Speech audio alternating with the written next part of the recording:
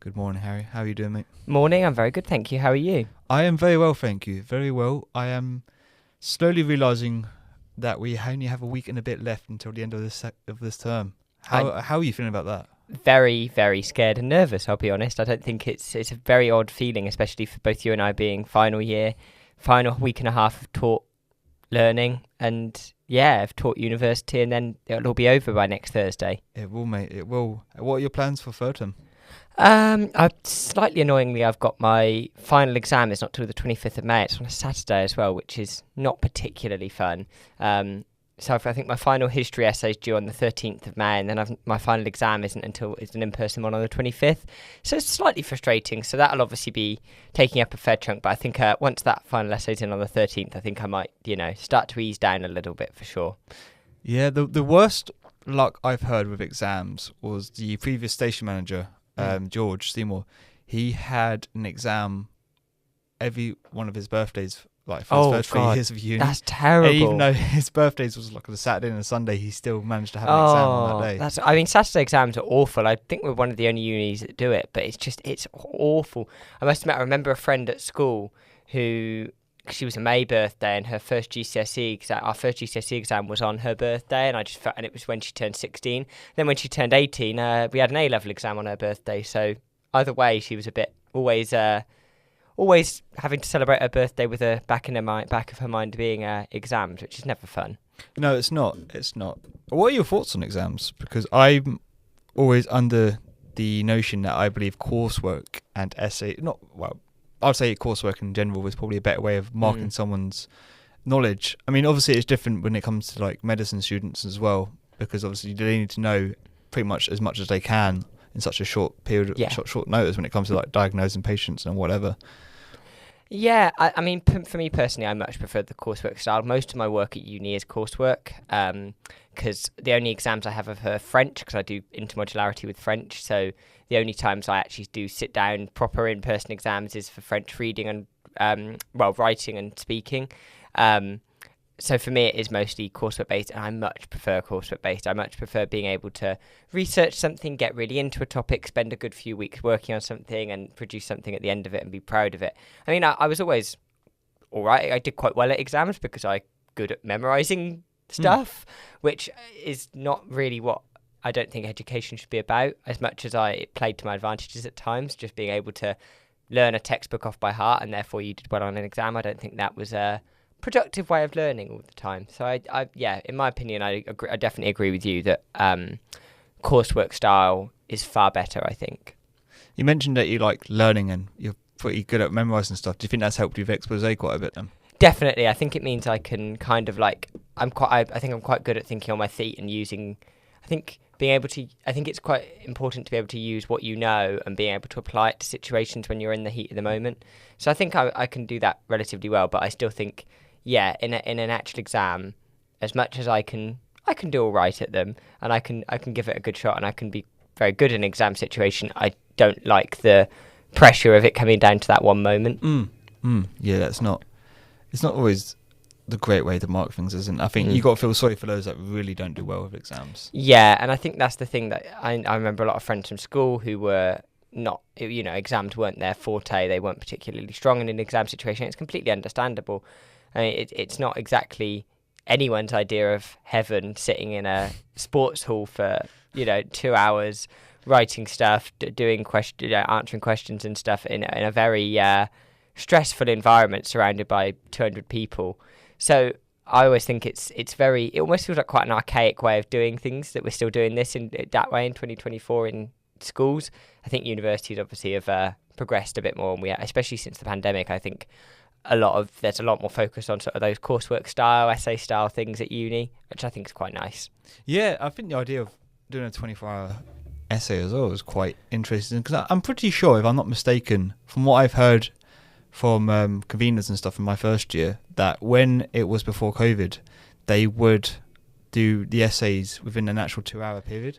Yeah, I think you're right. I mean, I've never had any I have had 24-hour exams, but it's sort of like it's like a listening exam for French, and once you click go, you have an hour to do it, kind of thing.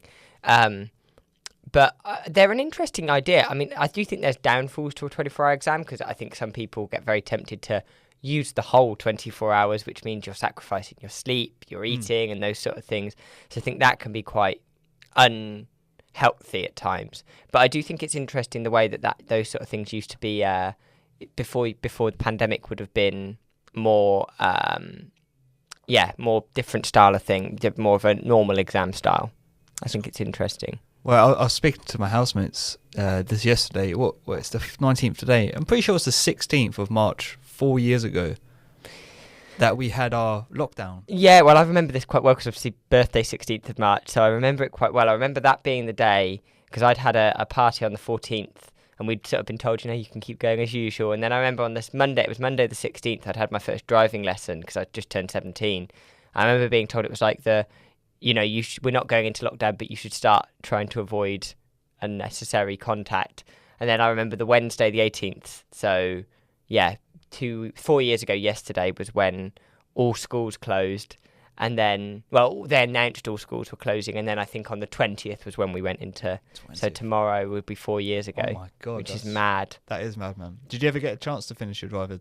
Yes. Yeah, I passed. It was a very weird one because I'd done a bit of driving before, sort of, young drivers courses and stuff before I turned 17. So I already kind of knew the basics.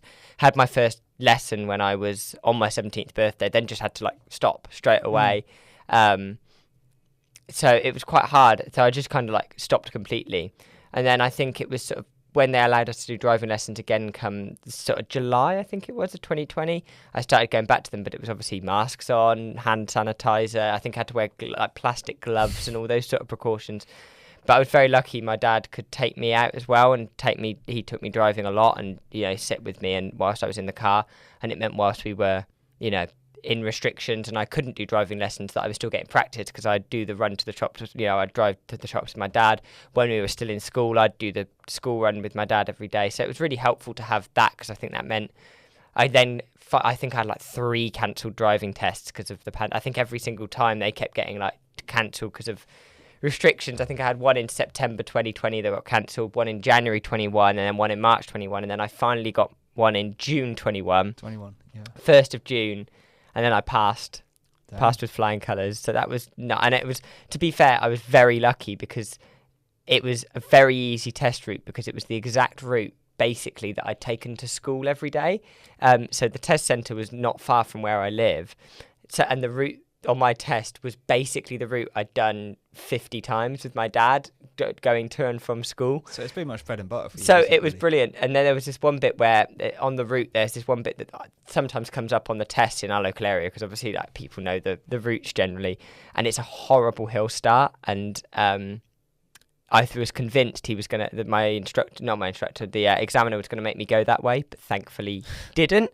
And it went brilliantly, and it was perfect timing because it meant June 21 I could then enjoy, we'd finished school forever 5 days before, and it meant I could just have the whole summer freedom. It was a great time. Your license. Yeah. How about you? Do you drive, Tom? Yeah, it's funny because I passed 2 months after you did.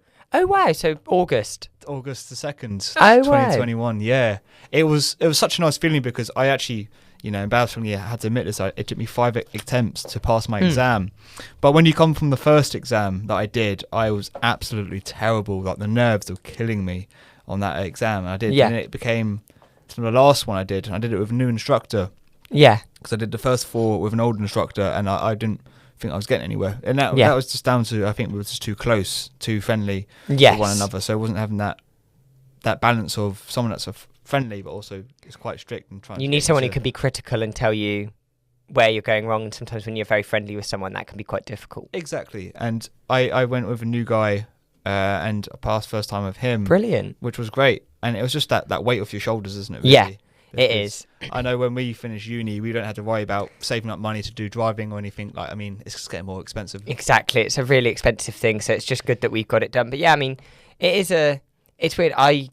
Driving is a bit of a weird thing to do anyway. I think it's very I don't know. It was the first thing I did where I felt properly adult. I don't know about you. When I started learning to drive, it was this is something that makes you feel like a proper adult. I feel and then you get to 18 and you can go to the pub, and then that's sort of that you have these little milestones, which I feel I said at the time, I feel like a lot of them were diluted because of the pandemic. Because I know you're a little bit older than myself, but for me, all these sort of coming of age moments were coming during the pandemic, like turning 17 and being able to drive, turning 18 and be able to go to the pub and club and stuff. And all these things became very spread out because of the pandemic. I mean, like, I didn't get to go to the pub the first time with my mates for a good 6 weeks after I turned 18 because of restrictions. And even then, it was, you have to sit in a pub garden, you have to sit in no more than a group of 6, you can't go inside, you can't, like, mingle. So it was a very weird experience. But yeah, those sort of moments of adulthood that you experience are really interesting. And I think because of the pandemic, I experienced them a lot more spread out than it normally would have been. Yeah, speaking of that, I remember people that during COVID they were in Exeter here. They told me how Unit 1 was run. Like, you'd have to sit down inside on like a table with like a group of 6, and that's your clubbing experience. Like, that's so weird. You mentioned that your milestones came during COVID and stuff. Yeah. What was your first club moment like? Well, my first club moment was a week before uni. I mean, I was very nervous about doing this because obviously COVID was still around, but I was like, I wanted to go out and go to a nightclub before I came to Exeter. I didn't want my first experience to be when I was at uni with people I didn't know. So the week before uni, I went out to this really terrible nightclub in my hometown. Like, I'm sure anyone who comes from like a small town will know what I mean. It's the sort of like really, I don't want to swear on air, but you know, it's not on air. you can swear. I can say swear. Shit. Yeah, it was a really shitty nightclub right in the back of like a shopping centre in the town centre, and it was really trashy. But you know what? It was like one of those moments I experienced it with some of my mates. It was literally one of the last things we did before we all left off to go to uni.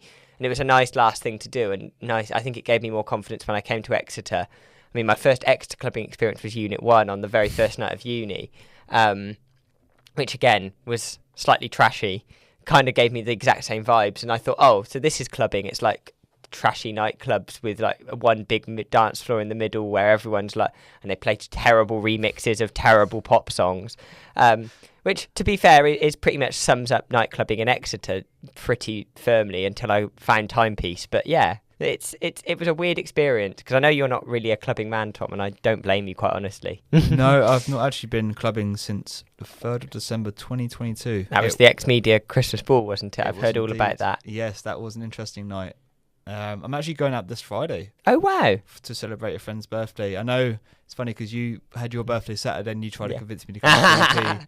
But I had to give in to this guy because I've known this man since 2016. Oh, we've been really good friends. So I feel like he has more sway over me. That's completely fair. Whereabouts are you going? So initially we were going to go to TP, but we left it really late to get tickets. And the only tickets that were on sale at the time were the 8 to 8:30 ones. Oh, God. To 9. Yeah. And we're saying it's just too early. So we'll probably just wing it and find somewhere to go. Yeah, you can always do pub to club for TP. I'd recommend. You go to, that's what I did on Friday night. You go to Castle Street, which is, I think you know where that is from the X-Media socials. You go to Castle Street and then you have to buy 3 drinks, alcoholic or non-alcoholic, just like 3 drinks. And then you get given a late entry ticket for 11:30 onwards. So it's quite a good way of doing it. I mean, it means you get, I think you have to pay £12.50 for the 3 drinks and the ticket. So to be fair, it's not too bad because you get a couple of drinks to get you started and, you know, get you before you go into the club. So it works quite nicely. I'm sure it's cheaper as well than getting a drink from TP itself. Yeah, oh God, like yeah. You're probably saving money. I think you spend £12.50 on one drink in TP at times. Jesus. Maybe not. I think. How much did you say? It was £12.50, but I think for one drink in TP, depends what you're getting. I don't know what a double is, and I think it might be like £7 or something ridiculous. It's insane. Jesus, man. I know it's a lot of money. But yeah, it's expensive. It is expensive. Yeah. But do you think it's something you're going to miss? Yeah, in a weird way. I think I haven't gone out as much. I think obviously you do more of this sort of thing in first year, maybe second year. And I don't know, second year I had a few rough experiences with an old friend group in nightclubs, and I think it kind of made me realise that there's more to friendship and there's more to life and university than doing that. And actually I've really enjoyed taking it easier since then and actually going for special occasions and reserving it for special times like birthdays and stuff, which has very much been my rule in final year. Is I don't think I've been out clubbing once this year, since January for anything other than a birthday, apart from when I went to the silent disco with Neve and Luke. But apart from that, it's been solely for birthdays. And I think I don't mind clubbing. It can be a really I think it's one of those things when I'm happy and when I'm really like unstressed and positive about my life, I'll really enjoy it. But I think if you have any sort of like stress or anxiety going on, I don't enjoy clubbing as much. I think it just brings out the worst sometimes. It brings out the worst in people, I think, a lot of the time.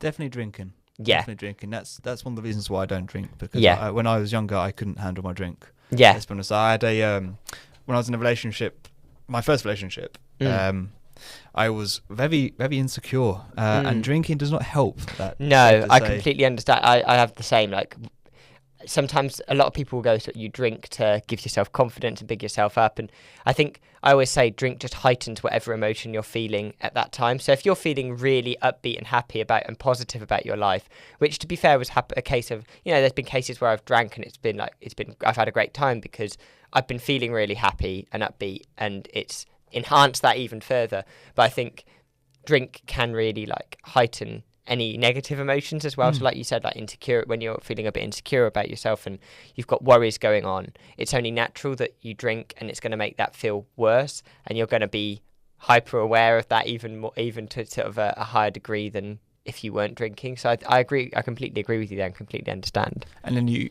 also use being drunk as an excuse to act out on these emotions and behaviours like you wouldn't do when you're sober. No, and I said to someone a few weeks ago, like I know a lot of people say like that. I don't really like the phrase "drunk actions are sober thoughts" or whatever because I think sometimes when you drink, you're like getting rid of some of those barriers. When you're sober, you can like you have more ability to like stop yourself when you feel like you're doing something. Whereas I think when you drink, it kind of knocks down a couple of those barriers. So I think that makes it really hard. And although things you do when you drink, you wouldn't do when you're sober, and that's Well, there's also the effect it has on parts of your brain that actually does realise that does let you act out. Is it your frontal lobe or your hippocampus? It's the one that is for the part of the brain that's for your what am I trying to say? Yeah, I know what you mean. I'm really crap at things like this. I don't know what. I think it might be the frontal lobe, the sort of like the developmental bit.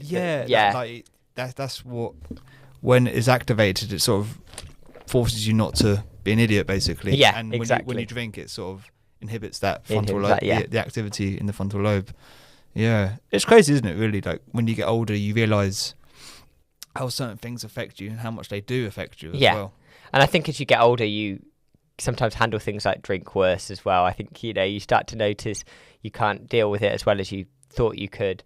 But also I think it's also the environment. Like clubs are not always very friendly environments. I think I much prefer doing like a party or something, or going to a party. I think it's a much more chill environment. Like you can sit down on a sofa and have a chat with someone.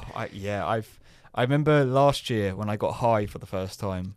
I did that at a party, but it was like two parties in one. So there's people playing beer pong in the kitchen, and then my friend came over to this party as a +1, and he had like this little CBD oil. Yeah. So we went off into the front room and just started smoking it. And we got like absolutely blasted, but it was so goddamn fun. Like, I prefer stuff like that than going to the club. Yeah, because it's chilled and you can kind of like relax. You can take things at your own pace a lot more. It's not as overloading and overwhelming as a club can be. I think a club can be a real like overwhelming experience at times.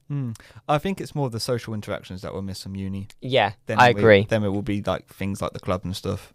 Like, I know even last year I was sort of feeling it, like I knew some of my friends that were third years were graduating. I was like, damn, this is something you don't really appreciate in the moment. Yeah. And looking back on it now, I do miss them quite a bit, but we had good times. Yeah, definitely. And I think you look back on, I think this year, like you really feel, I feel like you were more comfortable in yourself by final year, and you start to realise that you're going to miss that because it takes you quite a while to get used to uni and adjust, and then just as you adjust, you've got to move on to the next thing. Like it's all very fleeting, I think.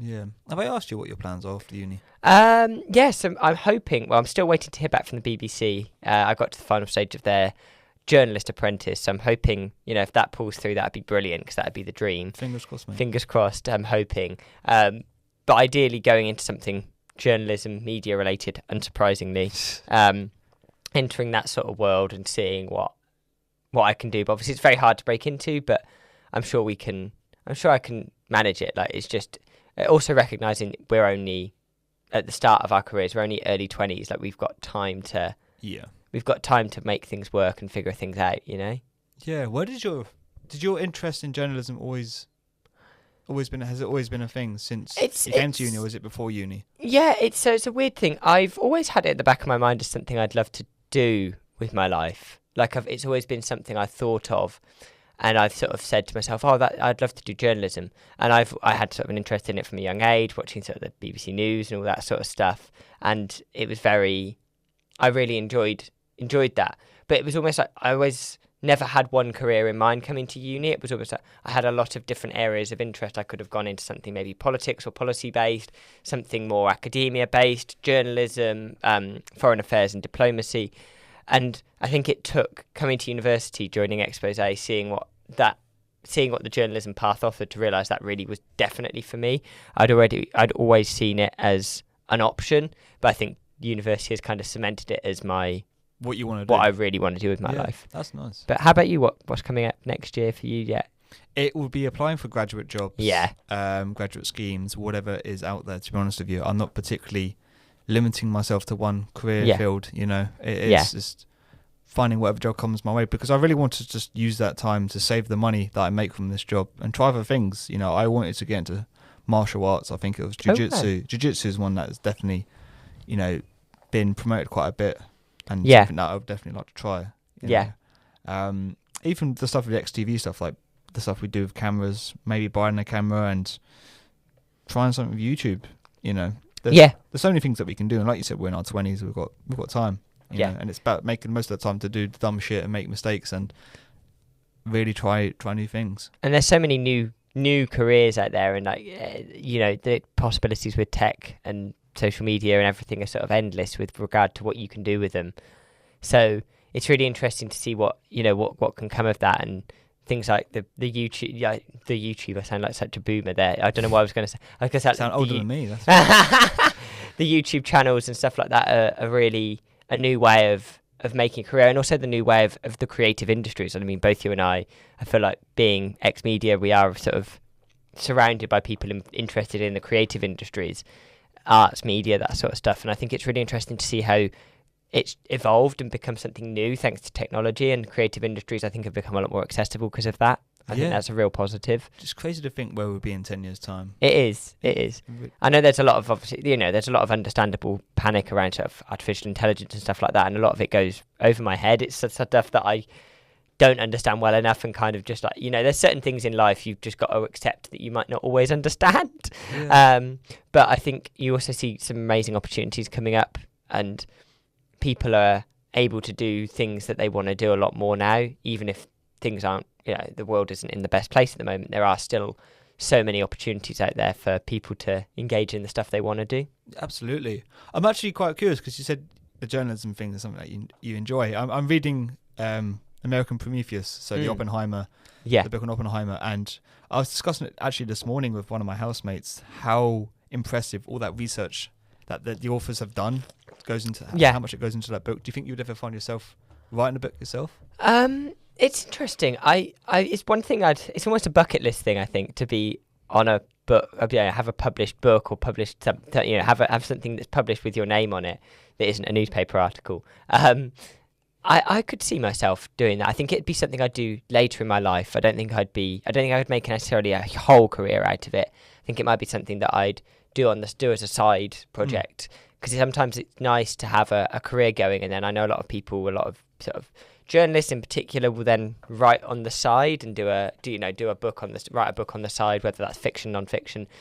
I think it'd be really interesting. It'd be something I'd do later in my life, I think, but I'd definitely consider it for sure. Good. I know a lot of people have suggested turning my diss into a book, but we'll see. We'll see. Yeah, I think it's actually quite interesting the way that we are now, because of the role of social media and how you sort of promote yourself and what you do.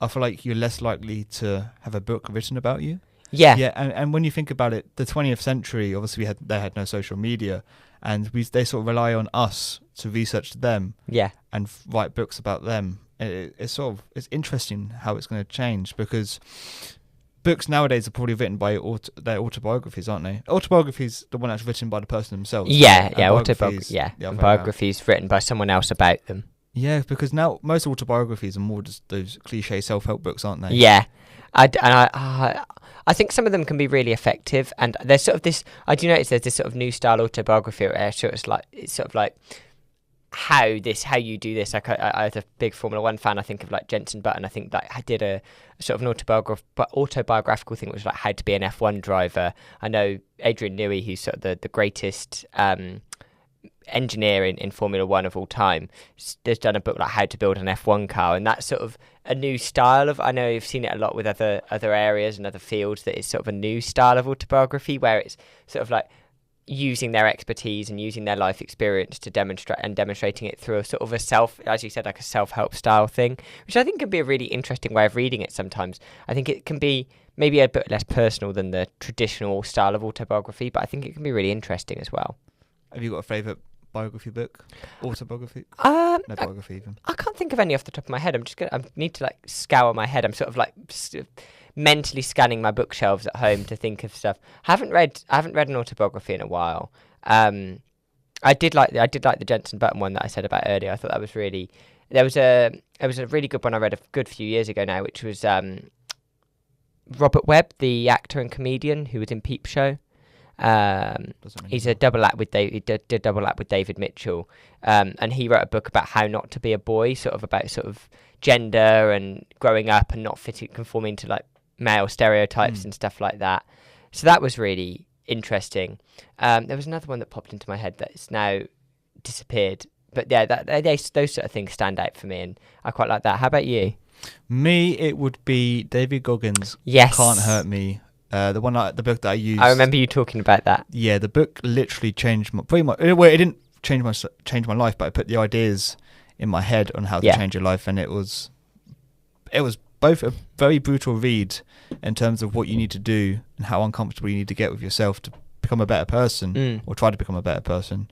And yeah, it really taught me that you can pretty much come from pretty much nothing to something. Yeah. You know, I remember the person I was before uni and the person I am now, and it's quite humbling in a way as well. You know, to know that 360 pages of a book can put these ideas in your head.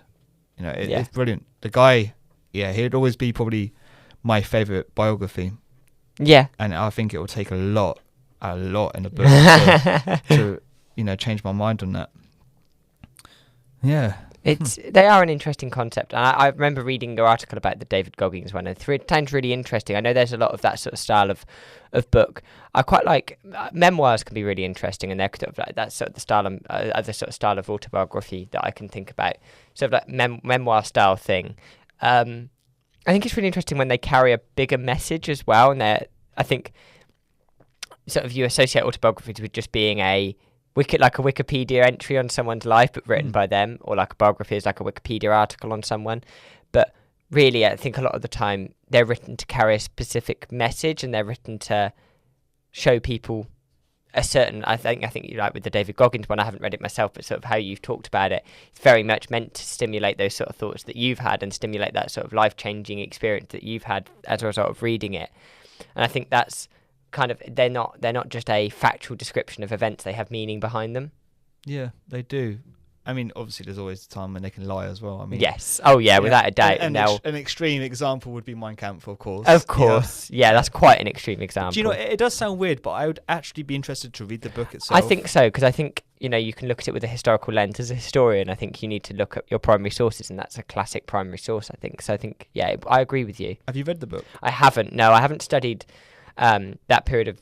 I haven't really studied Nazi Germany in any depth since GCSE, because as much as it can be really interesting, it can be very difficult and very dark, and it's also a very mainstream field of history, and a very, very, very, very studied field of history. Obviously, it's probably had more written on it than any other period of history ever.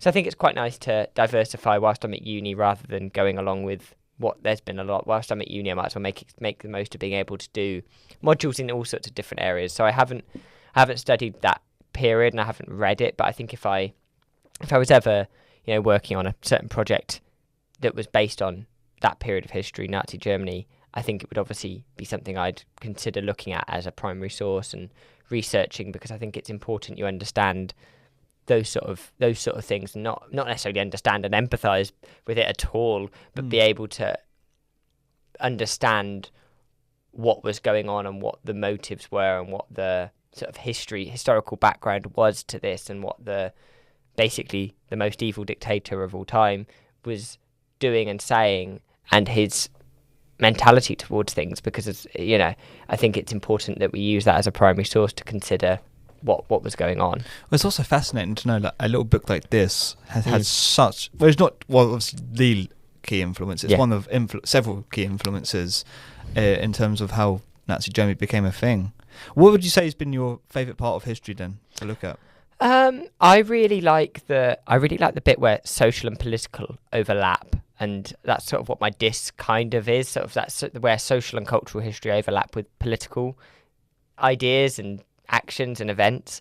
I really like I really like the most recent history, the sort of end of the Cold War into the 90s period. I think that's where my most interest is.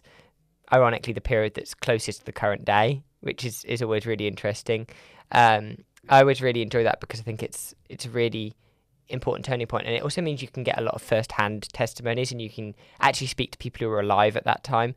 I did do we had to do a compulsory medieval history module at the start of first year, and it was all right, but I was well aware that wasn't where my interest was. I think for me it's very much the more recent stuff. I've really enjoyed doing some Russian history modules as well. We did for history, we have to do what's called doing history in second year, which is kind of like a practice dissertation where we do a 3,000 and a 2,000 word essay. And I did it on Tsarist Russia, sort of in the late 19th century under the Tsars, under imperial rule. And I found it really interesting, but I kind of sat back after I finished it and thought, I can't do this for my disc because it's just so difficult to find sources, translated sources. I can't speak Russian, so I don't fancy teaching myself a whole new language just to be able to do a dissertation. Yeah. What type of sources do you have to look at then? Would it be diaries? Yeah, all sorts. Oral history? For my doing history project that I did last year on Imperial Russia, it was diary entries. It was quite a lot of diaries, actually. I'm now looking back. I looked at police files a bit, which was really interesting. Wow. And sort of that sort of thing. Because I think it was I was doing about Jewish opposition that existed in Imperial Russia, because there's sort of this idea that a lot of sort of the opposition to the imperial rule in Russia was from Jewish people. And obviously Marxism and socialism were associated with having a very high proportion of Jews in them.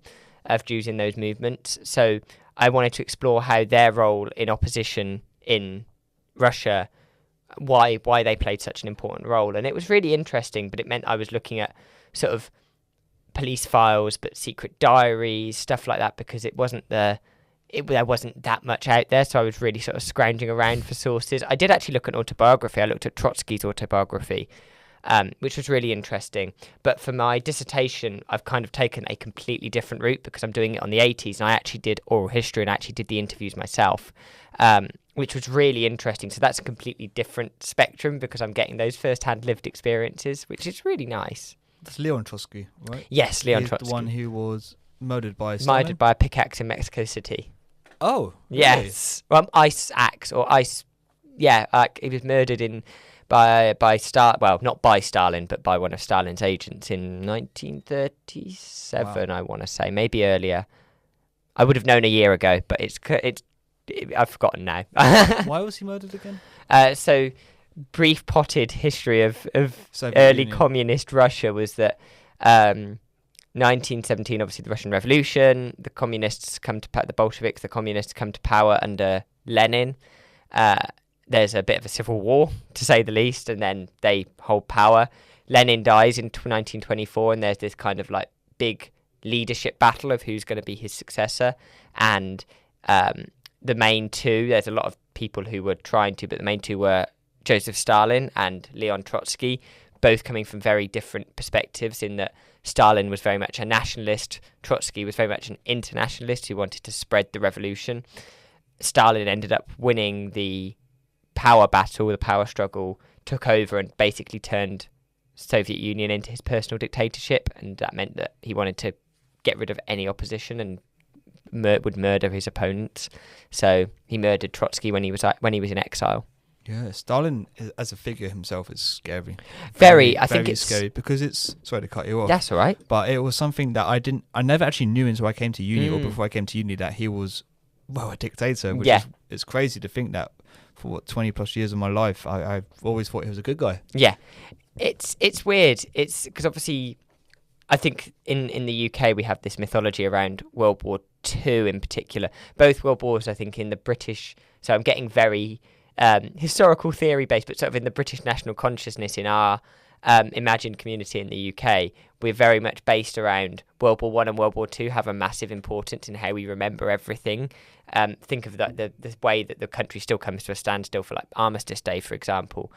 I think that means that other bad things that happened in history aren't necessarily given the amount of attention they may be, because we sort of focus on Nazis bad, which obviously yes, and because Stalin fought against the Nazis and we were allied with the Soviet Union and Joseph Stalin during that time, because pragmatically, the enemy of your enemy is your friend kind of situation. I think there's a tendency to not realise how bad he was in popular culture in Britain, where it's really the purges of certain ethnic groups as well. What he did to the Ukrainians, that's what Stalin. I mean, the war in Ukraine has years and years of history, but Holodomor is a massive thing that still has a impact on what's going on today. It's still very much in the forefront of Ukrainian memory, and with the current war there. So I think it's really interesting to sort of note that, and Stalin as a figure that we don't always talk about as much, and in the same vein as someone like Hitler or Mussolini, but certainly deserves to be. Yeah, and it was Finland, wasn't it, that he invaded? Yes, 1939. Was it Nazi-Soviet pact? Oh, that was Poland. So Finland was the Winter War. Because the Russians actually lost that, didn't they? Or I think they got humiliated. In Finland, yeah, I think they did in the Winter War. They got humiliated completely by some Finns. But yeah, it was the Nazi-Soviet pact was over Poland where they both invaded from other direction, and then halfway through the war, Hitler decided to invade the Soviet Union, and then that obviously changed the entire course, and then it ended up with the Soviets coming over to the Allied side to fight against Germany. Yeah. It's interesting. I think it's interesting to notice how different countries remember that, because obviously I know in Russia I talked earlier about like the mythology of World War II in Britain, but in Russia it's just to another level. It's part of this huge just national cult of memory around it, and it's fascinating to see those sort of Victory Day parades that they still have on May 9th, I think, every year, and the way that's impacted the memory. But then you look at somewhere like Germany, which has had this real moment of national reckoning over their wrongdoings and what happened in the Nazi era. I think it's really interesting to note those different ways countries deal with the traumatic past. I don't think we do it very well in Britain either, with how we deal with what Britain did wrong. I don't think people give it enough attention. Yeah, and I'm pretty sure the Russians, they still have tombs for like Lenin and Stalin, don't they? They still have the mausoleum in Red Square, I think, with certainly Lenin. I don't know about Stalin. I think you're right. Yeah, I think they still have. I mean, they were a great tourist attraction before all the sanctions on. Oh yeah, there's that, on Russia, but I know they were very, very popular for people to go and visit, because there's this sort of dark tourism element of it. Do you know what? I admittedly, I'm one of those people that would like to go and visit that as well. I think so. I would too. It'd be quite chilling, wouldn't it? Really, to be in this room with someone who's, obviously long gone, but they had so much to do with so much death. Yeah, it's a very weird experience. I remember speaking to my A-level history teacher. Who was like, she'd gone to loads of different places, and she'd seen the mausoleum where Lenin and Stalin were. She'd seen the mausoleum where Mao Zedong in China was, where Ho Chi Minh in Vietnam is. And she said it's a really odd experience to have. But she, yeah, it's a funny thing. We don't really have that. We don't do that to Winston Churchill or someone like. I don't think it would be very popular if they'd done it to Margaret Thatcher. But it's interesting. It's a very different cultural approach that we don't take in Britain or in other Western countries. Mao Zedong's an interesting figure as well. Yeah, I don't know as much. I never have done Chinese history, so I don't know. So what I know about Chairman Mao is very much what I've just absorbed from other areas of history and popular culture. Like a brief overview of the great leap forward, isn't it? Yes. And trying to industrialize China, if I'm not mistaken. And the Cultural Revolution. That's it, yeah. And it wasn't until you get to Deng Xiaoping's reforms in the 70s that you actually get China emerging as this great global superpower it is today. You're very smart. Thank you. Very smart man. I've just got, I spend enough time reading history, so I feel like it subconsciously gets absorbed. Do you read a lot of books then, or do you mean like from course? I would like to read books more that aren't course related. I think at the moment it is just reading for your course, and I'd like to over the summer and once uni's over, be able to read more for pleasure rather than for educational purposes. I think I enjoy just reading stuff on the internet as well. I think you can absorb a lot of information just from scrolling through a random Wikipedia page. You can go down like a deep you can hole, go, can't you start on one, you start looking at one fact on Wikipedia, and then suddenly you're clicking on these links and you're getting down a massive sort of black hole. But it can be really interesting. I think there's also one you need to watch out for when it comes to things like YouTube as well, because I spoke about it with Joe on the first episode. How like algorithms manipulate what you see, don't they? It's very scary. Very scary. Jonathan Haidt wrote a book about it. I think it was the Coddling of the American Mind, and things like the Overton window, how they're shrinking due to things like these algorithms. And it's only going to get worse in a way. No, I've tried to stop using TikTok very much, and it's an encapsulation of that, because that's done it. People talk about Twitter, Instagram all do these things with algorithms, but I don't know, TikTok seems to do it to another level.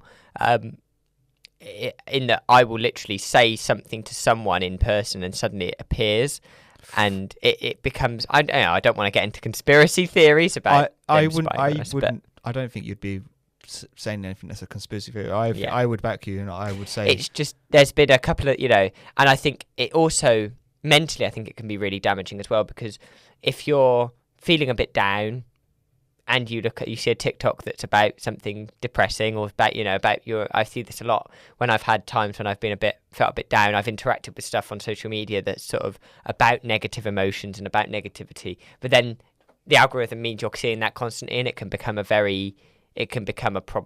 problematic when that's all you see, and it becomes a bit overwhelming. It's like a feedback loop, isn't it? You feel bad, you look at TikTok and it makes you feel even worse, and you do it again and again and again. It's good to also be self-aware of that sort of thing as well, because I think the youth nowadays will probably be more involved with that sort of thing because of how social media has changed since when we were younger. Since I was younger. Definitely, I think since I'm younger as well. I didn't get any form of social media till I was 13, which at the time seemed like the right age, but I know a lot of people would have had it before that. But I think for me it was like I was very tentative with it at first. I'd not really used any form of social media. I barely used my phone until I was sort of 14 or so, I think. And then it all sort of spiraled very quickly. I think I got Instagram or Twitter first, and then from that, you're like, oh, but I'll get Snapchat now, I'll get this now, and then suddenly before you know it, you've got the full suite of social medias, and it can become I'm very glad I grew up my early younger years, sort of those first 11, 12 years of my life before I became a teenager, I had that time without mobile phones. I think, well, not without completely, but nowhere majority near. Of your childhood was I'm sure you understand the same, as someone. Yeah. Well, back in the 1500s. No, when I was growing up, it'd be playing football two or three times a week with my friends during school. Admittedly, so this was over revising for my exams. But it was also things like playing Kirby or going to my cousins and just playing in the back garden and stuff. Yeah. Like such small things that I fear that when we have children, if you have children, I'm quite adamant that I want to, but when it comes to their youth and stuff, is it going to be spent mostly behind the screen, or is it going to be hopefully what we had, or some. Yeah, I think I worry about that, and I think I remember even when I have had social media, I've been really glad that with a lot of my friends, I've been able to. So it's not become a problem, and it's not become a barrier. For example, I remember, like you said, about playing football with your mates. I remember doing that with summer of 2019 after I finished my GCSEs. It was like every single day. We didn't have jobs, we didn't have anything to do. So I remember every single day that summer, and it was a really hot summer, I'd go down the park, which was like 2 minutes away from my house, and we'd play football all day, or we'd go, we'd go on bike rides and stuff. And I'm really glad that I feel like maybe we're the last generation that can probably embrace that. I drive past or walk past the goalpost where we used to play every day when I'm at home, and you still see people there, but it really makes me sad because there was a petition in the local neighbourhood to get the goalpost removed because people were getting annoyed at the people who surrounded the park were getting annoyed at balls getting kicked over their wall. And I just think, come on, let the kids have a play. I just think it's so silly. And it's probably the same. The people who were moaning about that are probably the same people who go, kids these days are always addicted to their phones. It's funny, isn't it? You never see kids playing in the street anymore. So it's really funny how this happened. But I'm really grateful that my friend group, especially the group of boys I have at home, were always very much, we wanted to get out and about, and we wanted to do stuff, and we wanted to play football and go on bike rides, because I'm really glad I got to do that. And it was certainly, I think lockdown didn't help with that because it meant that everything was switched online. But I think I think lockdown also showed that social media can have a healthy and have a really positive aspect.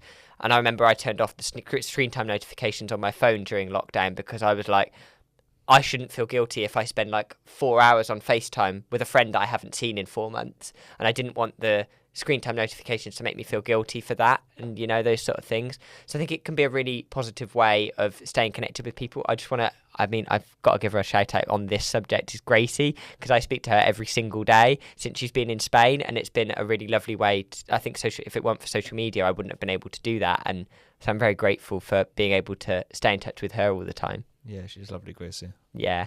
Well, speaking of Gracie more, right? Yeah, obviously. She's here next week, actually, Tom. She's here next week? Yeah, she is. What day? Tuesday into Wednesday. Tuesday to Wednesday. So if you're around on campus on Wednesday... I'll make sure to stay away. I'll tell her you said. To be fair, I'll get her to listen to this, and she'll know you said that. No, she'll be around on Wednesday, so she'd love to see you, I'm sure. Maybe not. Yeah, probably after what I've just said, probably not.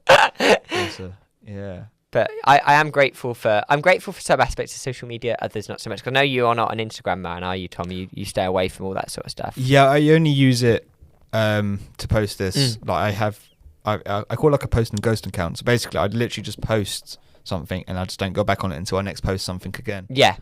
Same with how I've sort of changed it how I use LinkedIn now, because LinkedIn sort of become that it did become sort of this thing I'd spend quite a lot of time just scrolling on. Yeah.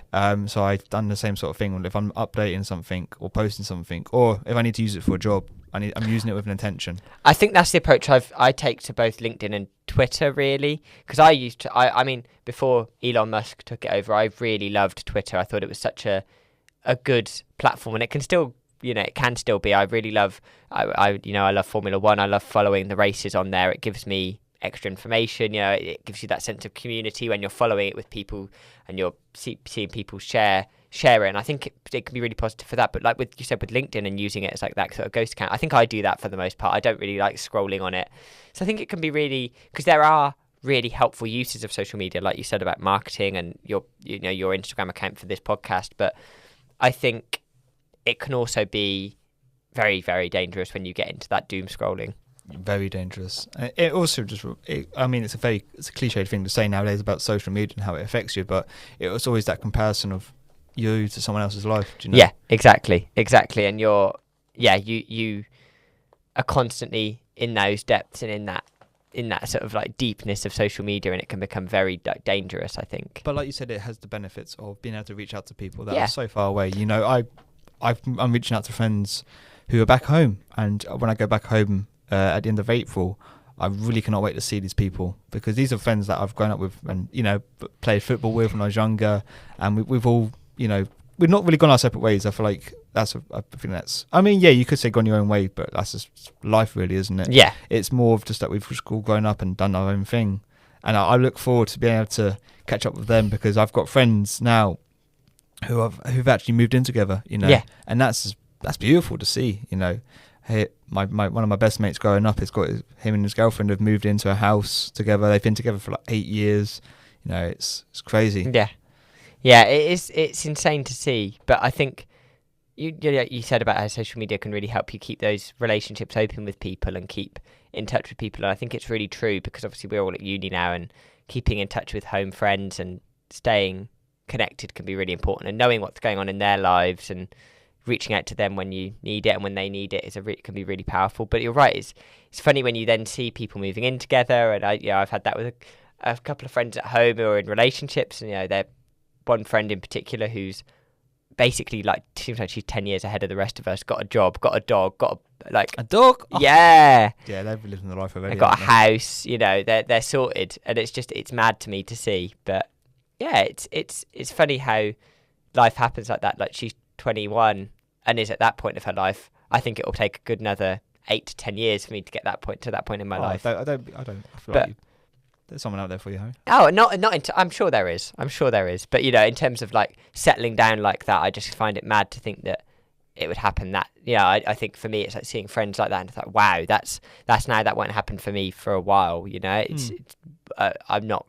That's not where I am. That's not the stage I am in my life necessarily. But it is interesting. It really is. It really is. It'd be crazy to think in 5 years, 6 years time from now. Where would all our friends? And you've got Annabelle, Livy from Expose. Yeah. We've got James, Joe from here. What everyone's going to be doing. What everyone will do. Hopefully it's something good, of course. Everyone comes back to Exeter for a reunion. And I feel like that would be a nice idea. I know my old geography teacher, who was a big reason I came to Exeter actually, because he went here in the early 2000s, I want to say, maybe late 90s. 1920s or something. No, it's quite a while ago. No, he was been late. I remember when he told me he was 40, so I can trace it back because that was around my last years of. So I reckon he was here in sort of like the turn of the 21st century, start of the millennium. And I remember him telling me how he still goes down to Exeter every single. In fact, I was meant to see him back in October, but I got waylaid with Expose stuff. But he was coming down to Exeter and was like, "Oh, I'll be down in Exeter if you wanna, catch up." But it's really funny how people stay in touch with people from uni, and even though you were only here for 3 years, it becomes a real shared communal memory. And I think that's really interesting, and it's something I hope happens certainly. Yeah, and it's also things like people get married from relationships they start at uni. Someone who's acting in my film, Simon, I'm pretty sure he met his wife at uni when they went to uni. So it's like I said, 3 years can have such a huge impact on your life. It's incredible. Yeah, you can meet people who really change your outlook on life, whether that's relationship or friendship or whatever. I think it really makes an impact on people and really changes people's lives, and that's really interesting. I definitely think things like the committee stuff, though, are going to help as well. Yes. What would you say you've enjoyed more, your course or your extracurricular stuff? I mean, I must admit, the extracurricular stuff I didn't really kick in properly until second year. First year was a weird one for me because it was very insular. I lived in a very insular flat with a very insular friend group. How do you mean by insular? Like quiet or like? Just that everyone. It was like a group that and you were kind of like you felt like you stuck to the group, and I didn't. Like now I have a lot of different friend groups, a lot of different array of friends, which I feel like I didn't have in first year. So I think that was a very different experience. But I think back then it would have been very much the course. But I think certainly this year it's very, very much the extracurricular stuff. There's been stuff I've enjoyed on my course, but I think for me it's very much the extracurriculars have really been something special, especially since I've been on senior committee for Expose. I think it's become something even more special. How about you? What's it? Because I know you're extracurricular. I don't get me wrong. This is not me shitting on my course or the conveners. It's sort of because I lost interest in film and TV itself. Yeah. I do think that the people that run the courses and stuff are lovely people. This is not me criticizing their characters or anything. Definitely the extracurricular stuff though, because the people I've met from it and the stuff that we've done, the events that we've done, the skills that you sort of create from it, it's really special. It's going to stick with me more than what I've done for writing like an essay or something. Yeah, definitely, and it'll make a lifelong impact that maybe. Yeah, and also the social aspect of it, the extracurriculars, I think makes it even more special because you get to meet people. Whereas, don't get me wrong, you meet people on your course, but you're not going to meet anyone sat writing an essay at 4 a.m. in the morning. You're not gonna. I've never done that. I've never ever done Don't that. do it. I don't recommend it.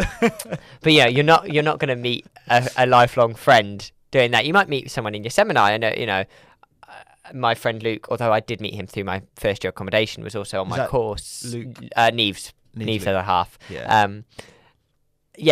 As much as I met him and through accommodation. Actually, I met him at that first night in Unit 1, actually, which is, I forgot to mention. It was, waving at me madly across the club because we'd already spoken a bit pre-uni. Oh, I see. So Luke, Luke was the first person I properly met at uni. And he's obviously got on the same course as me, but I must admit, I don't think we would have just become friends just because we were on the same course, because our historical interests are quite different. Seminars are huge, lectures are huge, there's 250, 300 of us, I think. So, it's not like you're going to start speaking to someone in a lecture and see them all the time. So I think for me, my course was never really a massive way of socialising with people. I've met people on my course, but certainly the extracurriculars have become a massively important part of that. Good. That's good. I think, and I always say to people, when you're at uni, make the most of that spare time that you have and try something extracurricular. Definitely. And I'm so glad I did, because I dabbled a bit with expose in first year, but very much, the anonymous writer, the person who appears in the newspaper and doesn't actually come to anything and make themselves known. So that was kind of like my approach at first. But I think once I started to commit myself to doing it properly, it was far more interesting. And I have done other extracurriculars at uni. I haven't done it in ages just because it's so stressful this final year and I don't have the time for it. But I used to climb a lot. Every week from first year onwards, I think I did it. I haven't done it for a good few weeks now, but yeah, that's just hopefully come summer term. Exactly. I was about to say, I'm sure when you finish your dissertation and I know you balance in your revision for exam, I'm sure you'll go to doing more. I think after the 13th of May, I think things will ease up a bit and I can enjoy myself and socialise. How about when are you all done? 3rd of May. Oh, brilliant. That'll be lovely. There's a lot of people like that, I think. Well, I know geography. They had their dissertation due in I think it was yesterday. Yesterday? Jesus Christ. I know. I think it's because they do a trip. They do some sort of trip abroad now. So I think they have their deadline before they go abroad because I think for some other module that they do. I don't know. I know a couple of people who do geography, but not well enough to know the ins and outs like I do for history or English, because almost all of my friends do history, English, or maybe drama in the case of Neve and a couple of other friends. How does it feel that knowing that your position on the expose committee is going to be? Oh, I don't like it. No, I like it in that as long as it's someone good that gets the position, which, I mean, looking at the candidate, I had a quick scroll through our manifestos this morning, and I must admit, I'd be happy with any of the successors as deputies. There's some good names in there. I'll be impartial for now. Now, yeah. I've got my favourites. I've got my eyes on people, but when do you guys find out? Well, depends how long the guild take to process our results. I think voting opens tomorrow, so I think it closes on Saturday. Yeah, opens tomorrow, closes on Saturday. So hopefully we'll find out by next week, fingers crossed. And then you got to think about it. We've got the 3rd of June as the last hurrah, if you will, for this. Last big thing with everyone. Yeah, I'm looking forward to that, and I'm not. What I'm not looking forward to is saying goodbye, but what I'm looking forward to is being able to spend a good time with some good people. Definitely. And we'll all be done with uni itself. It would be us come together, all looking good. Enjoying the weather, hopefully. And then obviously we could come back again in July for our graduation. And the last hurrah. And it's going to be a very weird, very, very weird week, grad week. But it'll be bittersweet, but it'll be focus on the sweet bit. You might get to see me cry as well. You'll definitely get to see me cry. I'm terrible at things like this. You go, I'll go. It'll be like dominoes, won't it? I will relent. I can't remember when I finished in year 13, May 21, I can't imagine that the amount of times we all cried collectively in our sixth form block that week. Like, it was because when did you finish sixth? Well, you're like A levels. What year were you? 2018. Oh, right. So obviously for us, we'd been through, everyone in my sixth form had gone to my school, so we'd all been together for 7 years, and then in the last 2 years we'd all been together during a pandemic, which, despite the fact we couldn't be together, meant we were all so much closer, I think, because we'd gone through this very traumatic time together. And I think it meant we were all really like, it was really the end of an era. It was really like massively shocking and really destabilizing, and because we'd been so used to it, and we'd been at the same school for 7 years with the same people. So it was a weird, and I think it's going to feel similar when we finish uni, despite the fact that time has been, it's been half as long as I was at school for. But I think it's been a very intense period, and it's been a very, very, it's a lot has packed into the last 3 years. And the beautiful thing about it is you're still in touch with people. Exactly. And that's the great thing. That is, before I know it, well, because I'm a bit older than you, my friends are a bit older than you.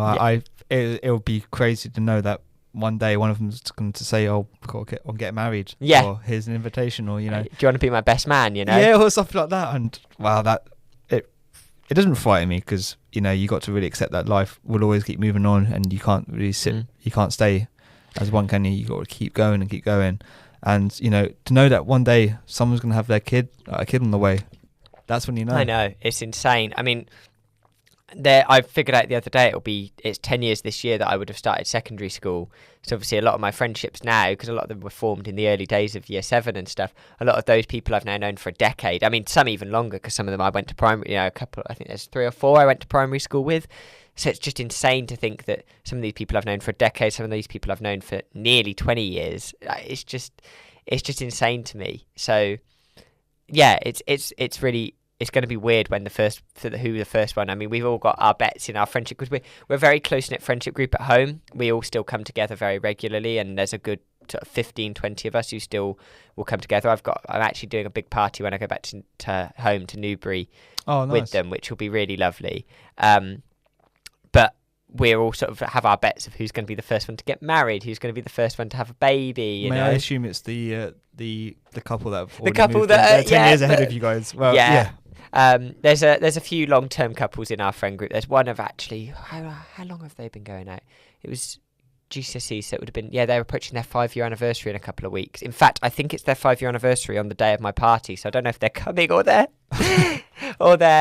celebrating their anniversary separately.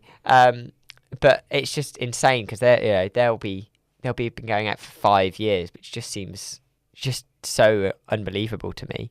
Yeah. Are you gonna have any of your friends come for your grad? Or it's gonna be family? I think so. I've got a lot of family coming. I've got my parents, an aunt and uncle, 2 of my aunts and uncle. Well, a set of one of my aunts and uncles. So, and then my brother, his girlfriend, and their baby. Obviously, Holy she's shit. not. So she'll be 1 year old in a couple of weeks' time, which is really lovely. So so that'll be really exciting. I'm really excited for that. I don't know if any of my friends will come down. I hope maybe there's one friend who comes down to Exeter a lot. He's kind of like the adopted Exeter student, because he does a degree apprenticeship and doesn't really have the uni experience, so he comes down at least once a month. I think he's down this weekend actually. I just kind of like spontaneously message him and be like, "You down this weekend?" Because my presumption a lot of the time is yes, he is. So hopefully he'll make some time to come to grad, because he's been such a big part of the uni experience despite not even being at uni with us, which is nice. Yeah, it is. I think it's also being able to experience that uni life and not actually being at uni is quite an interesting one, because that was what I had in 2019. September 2019, I came to visit a friend who I'd known from college, who went here actually, and I experienced his freshers fair and freshers weekend, or no, his second year of freshers fair and stuff. And I remember, walking around the Great Hall thinking, holy shit, this is amazing. Yeah. I have to, it changed my view on going to uni, and that's what convinced me to come here. Oh, wow. Yeah. Wow. And it was Exeter that I fell in love with straight away. Because of that. Because of that weekend, yeah. So thank you, John. I mean, my dad always jokes that he hates that because, I've left my dad. Aww. Not left him completely, but obviously I see him every couple months. Yeah. But, yeah, and it is absolutely, like, that experience was fantastic. And it really convinced me that I wanted to come here. And I remember being the last university to come back to me. From the 5 that you choose on the UCAS system. And I remembered how over the moon how ecstatic I was to know that I'd come to Exeter University. You were coming here, yeah.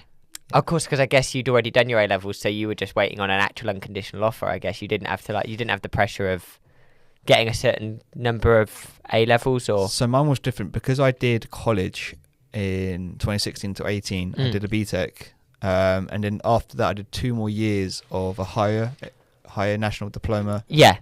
So yeah, level 4 and level 5. Then at the end of my level 5, it was either go off to uni to finish off that degree in something else, in like criminology or sociology, or it was apply for another university and start something new. And that's obviously when I started. I actually applied for sociology initially. Oh, wow. To start something completely new. But I sort of realised that I wanted to try the film and TV thing. So I applied to sort my course, and I actually didn't have enough years of tuition funding from the government. So you get 4 years in total for your tuition. I think you get unlimited years for your maintenance. And then I had to then save up for a year to pay for my first year of tuition. And I did that. Then I got second year and third year funded by the government. Yeah. And here we are. Oh. It's a weird. It's interesting how people take different routes into university, because there's sort of this very well-worn route of you do your A levels, you go to you do GCSEs, you do your A levels, then you go up to uni, and then and then you enter the world of work, or you do a master's. So it's interesting to know, that's not the case for a lot of people. No. And you can have different routes into getting into university, and it doesn't have to be that linear progression that it is for so many people, and that the sort of the stereotype of university is. What was your other universities that you looked at?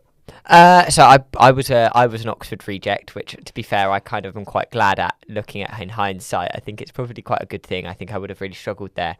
So that was that. And then I also applied for, once I didn't get into Oxford, I think I was always set on coming here. I think there was no doubt in my mind that here was my second, my non-Oxford first choice if I didn't get in. I also applied for Cardiff, and then 2 in London, LSE and UCL, but they were kind of like, you apply for ones just for the sake of it, because you've got to get to 5. I think I was always kind of convinced it was here or Oxford, and I'm very glad it was here. But it's been a lovely time, and I was very lucky that Exeter, of the 4 that I ended up getting offers from, was actually my lowest offer.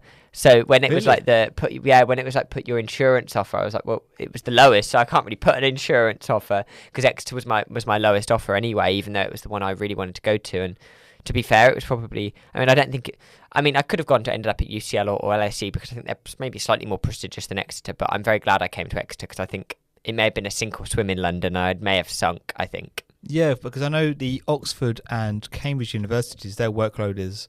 Oh, it's insane. It's quite intense. Like, you don't actually get a chance to really do anything social-wise. No, and I even down to things like doing the newspaper and those extracurriculars, I don't know if I would have got the chance to do that. So it's a blessing in disguise, wasn't it? Really? Yeah, very much so. Very much so. What offers did you have to get? I was very lucky that I got a contextual offer from Exeter, so I only needed a BBB. Whereas I think the standard offer is AAA for history. So I was very lucky. It was a contextual offer. I think it was based on my performance at school, but also things like the fact very few people from my school went to university, which is weird, but it's just because of the nature. I feel like a lot of people did, but it's just because of how they measure it. And the fact neither of my parents had gone to university. I was the first in my direct family to go to university. So I think that meant I got a little bit of a lower offer, and that really helped, because it was a very weird feeling. I had to apply early, because I was obviously applying for Oxford. Got my extra offer really quite quickly, because they process them quite quickly when it's the earlier applications. So then I got that, and I was like, okay, that's good. I should be all right there. And then my GCSEs, my A levels got cancelled because of the pandemic in early January 21, and then a couple of days later I got rejected from Oxford, and it was like, okay, so now I definitely want to go to Exeter. And then I looked at my offer and thought, hang on, exams have been cancelled, so all I need to make sure is that I do enough work, because obviously it was easier to get a good mark from a teacher assessing you than it was. It wasn't like I was going to have that moment in an exam where I completely fuck up and you lose everything. You lose everything. It was teacher assessed, so I kind of took the mentality of, I know, not to be arrogant, but I'm pretty sure at least 3 of my teachers will give me at least a B. Like, I don't think there was a doubt in my mind based on, it got to a point where, we're like, yeah, they were telling us kind of what they were going to give us. You kind of had a good idea with those teacher assessed grades, what you were going to get because of, we were doing assessments, getting the marks back. And it was like, okay, I can see I'm consistently at this level. Therefore, my teacher's definitely going to give me this grade. So yeah, it was nice not to have that stress of having to think I need to work unbelievably hard for January to June 2021 to get the grades I needed, because I could not rest on my laurels, but I knew that if I just worked at the same intensity I had for the previous year and a half and showed my teachers what I deserved and what I'd shown throughout that time, I'd be fine for getting here. I'm actually quite curious. What are your thoughts on the way that we approach the pandemic? The lockdowns. Yeah, I think we haven't spoken about it enough. Because I was going to ask you earlier, actually, because I would consider you a journalist with the expose Thank stuff. you. Well, I've done an article this week about the pandemic, actually, and looking back on perfect timing. 4 years, so good timing. So, what are your thoughts on that? I think we've kind of got this collective amnesia about it. Like, we've all kind of forgotten about it. We don't want to acknowledge what happened in those year and a half, 2 years.